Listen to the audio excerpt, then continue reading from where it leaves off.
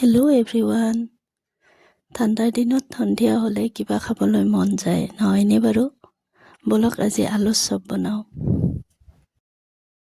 প্ৰথমতে বইল কৰি লোৱা আলুখিনি মই পিঁয়াজ জলকীয়াৰ লগত সানি ল'লোঁ।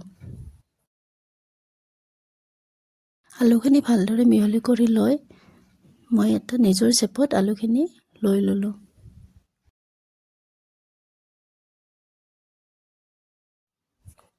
ইফালে মই আন এটা বাতিত বেচন, কৰ্ণফ্ল'ৰ অলপ, হালধি, নিমখ আদি মিহলি কৰি ল'লোঁ।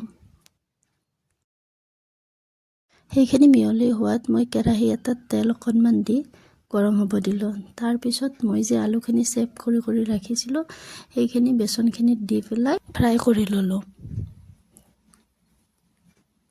এয়া আমাৰ আলু চপ ৰেডি।